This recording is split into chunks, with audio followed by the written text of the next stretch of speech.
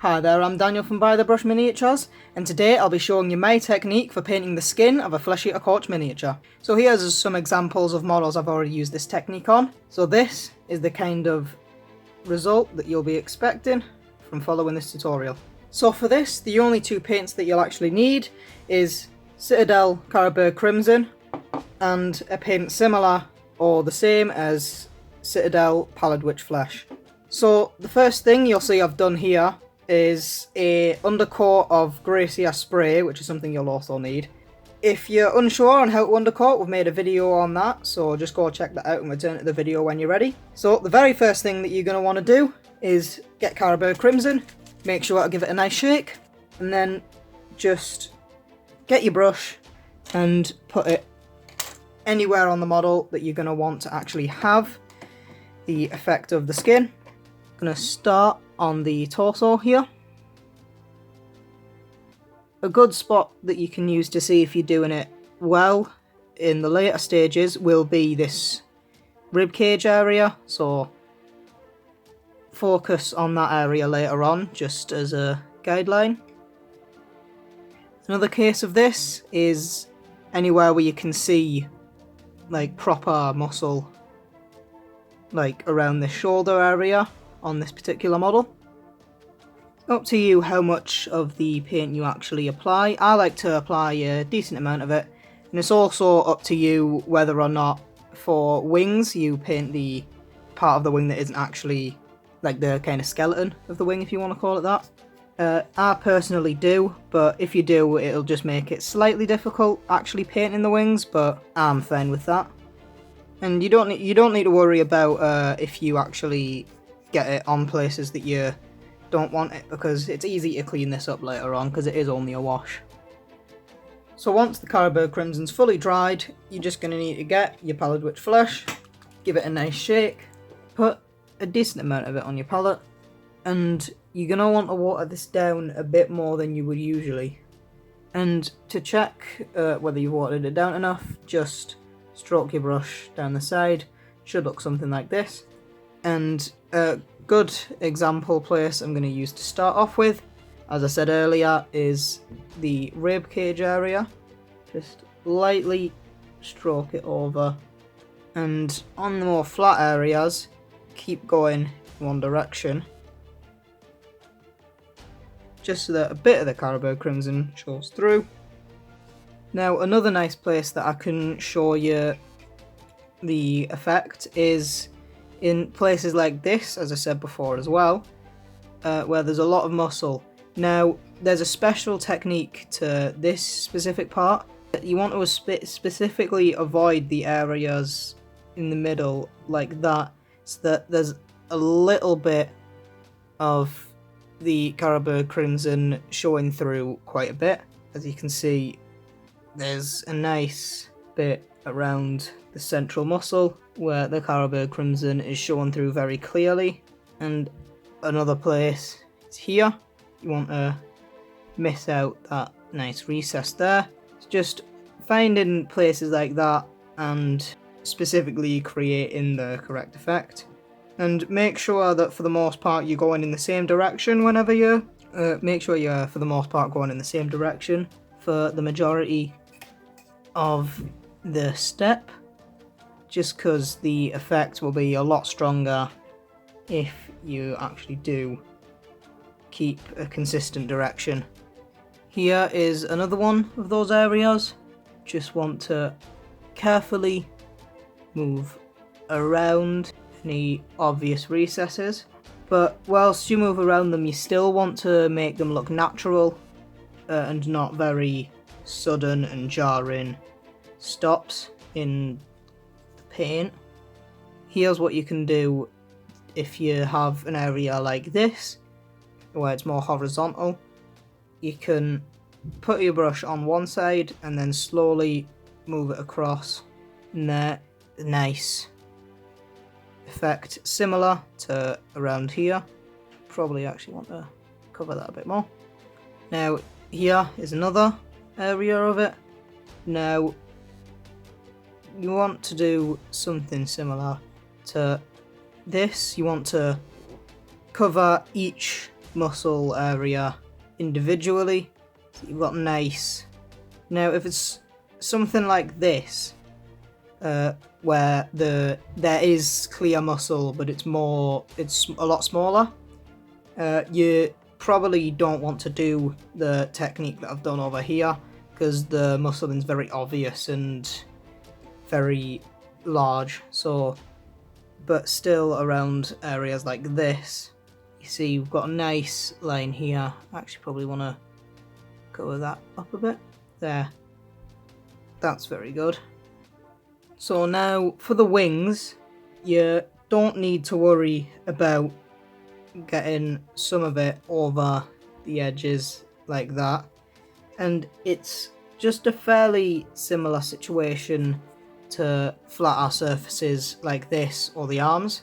It's just a little bit more awkward to do it around the edges, but just try and keep it in a consistent direction on both sides. Now, it's very simple for the outside of the wings for the flare specifically, because they're fairly flat.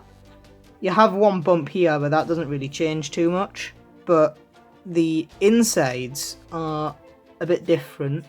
As you can see here on the model, the insides actually have grooves. So what you're going to want to do with the insides of the wings is very similar, but you're just going to want to, if you can, avoid the groove. The groove has some nice darkness to it. And just like I say, you don't need to worry about being too clean about this, especially if you've chosen a very strong colour for the wings. So now there's a special extra bit I like to do for the back, or rather lack thereof a bit, because for the back I just like to, if you have any spaces like this, for example, where the skin seems very like under stress and like tight. A good example is on the leader variants of both the Crypt Flares and Crypt Horrors. They have a lot of bits like this around the back that what you could do, and what I personally do, is I like to leave a lot of this area still exposed Caribou Crimson, so that it just looks very red and sore, which is the overall goal for this. And then it looks very nice and natural if you just push the brush up it a little bit. And you don't want it to look even, you want it to look like there's certain bits that are more sore than others, just like that. And if it's up to you whether you can do the same with this. I personally am just going to do a similar thing to what I did for the muscle and leave a lot of area around it exposed, but I'm not going to do the whole thing.